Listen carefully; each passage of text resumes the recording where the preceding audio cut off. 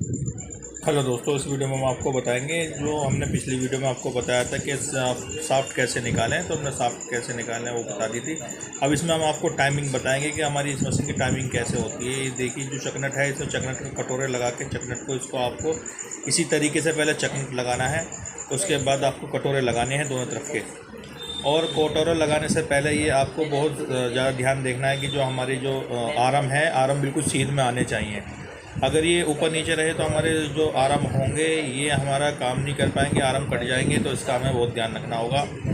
आप इसी तरीके से हमारी वीडियो को लाइक करें, शेयर करें, कमेंट करें। ये देखिए, जो आपको ये चकनट दिखाई दे रहा है, साफ्ट में पहले ये चकनट आपको डालना होगा। उसके बाद आपको ऊपर से कटोरा लगाना है।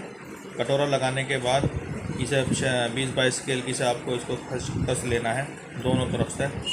और इसके बाद आपको ये दिखाई दे रहा होगा, छेनी से या किसी पेचकस से इसको आपको अंदर की साइड करना होगा। और एक दफ़े हम और चेक कर लेते हैं ये चकना खींचने से पहले। ये देखिए, हम इधर से भी चेक करते हैं तो इसमें भी हल्का सा ये टाइट हो रहा है, साइड में कुछ आ रहा है। तो इसे हम थोड़ी सॉफ्ट एक डोबी की तरफ को इसको बहुत मामूली सी 1-2 mm इसको इधर की साइड में करेंगे।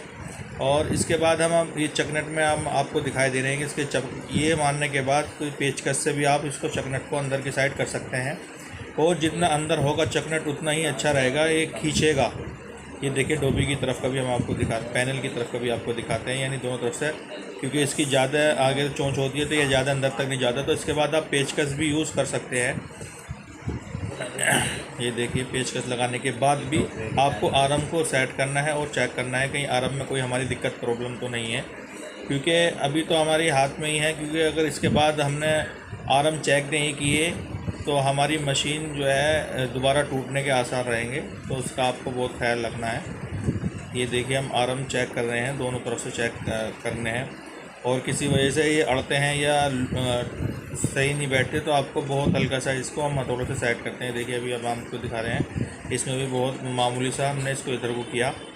और इसको फिर इसके बाद आपको क्या करना होगा, ये चकनट आपको दिखाई दे रहा है, इसमें पीछे की साइड से, ये देखिए, हमने पीछे की साइड चोट लग रही है तो बाहर की साइड में आ रहा है। और जितना ही टाइट करोगे उतना ही अच्छा रहेगा, यानी पीछे की साइड जो चोट रहेगी वो बहुत अच्छा रहेगा अगर आप इधर साइड में करेंगे। इसके बाद इसको पे आपको एक इसका लॉक आता है, लॉक लगाने के बाद इसको आपको खींच लेना है। हमने इसको खींच लिया है और इसको हम पैक कर रहे हैं। इसके बाद आ गया हमारा टाइमिंग का, जो हमारी टाइमिंग है।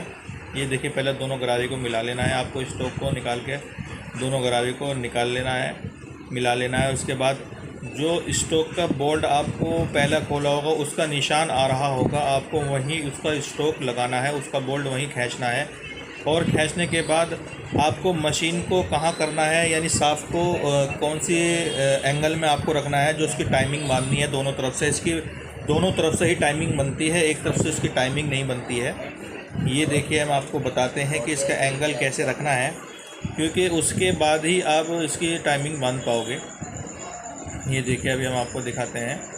इसको पहले हम कवर लगा लेते हैं, यानी जो हमारे कवर हैं पीतल के, इसको हमें लगा लेना है। और लगाने के बाद हम आपको दिखाते हैं, ये देखिए किस एंगल में है। इस एंगल में, यानी ये वाली एंगल में आपको साफ्ट को रखना होगा। ये देखिए, साफ्ट को इसी एंगल में आपको रखना होगा। उसके बाद ही आप दोनों तरफ से टाइमिंग बांध पाओगे अलग से। ये देखिए, इसको आपको यही टाइमिंग इसी तरीके से साफ्ट को, सिंगल साफ्ट को रखना होगा। सिंगल साफ्ट की मशीन की टाइमिंग इसी तरीके से होती है। और दूसरी बात, ये देखिए, जो हमने हाथ से पकड़ रखा है इसी वजह से, ताकि ये पीछे ना आए। उसके बाद आपको ये टाइट करना है।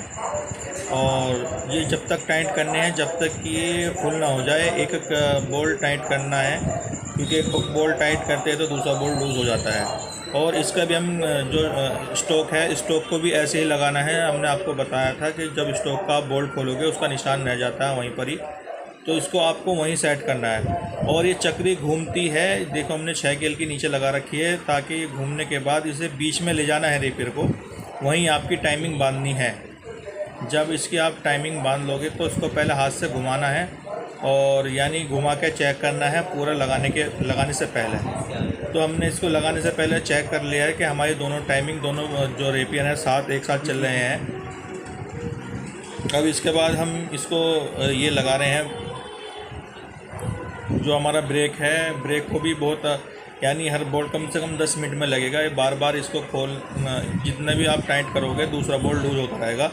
तो आपको इसको भी ऐसे ही खींचना है, आपको इसको मशीन ऑन करके नहीं खींचना, कभी आप मशीन ऑन करके खींचें। इसके बाद हम क्लच लगा देंगे, क्लच भी ऐसे ही लगेगा। इसके बाद हम ऊपर का कवर लगाते हैं, ये डोबी की तरफ का है। ये डोबी की तरफ की जो आपको गरारी दिखाई दे रही है, ये वाली गरारी आपको बहुत ही याद करके इसको इसके अंदर डालना है। इसके बाद ये वज़न की गरारी होती है हमारी, और वज़न की गरारी के बाद ये आपको बाहर का चक्र दिखाई दे रहा है, इसको भी ऐसे ही कसना है जो पिछली वीडियो में हमने आपको बताया था। और ये देखिए हमारी मशीन जो सिंगल शाफ्ट है वो हमारी चल गई है। Thank you for watching.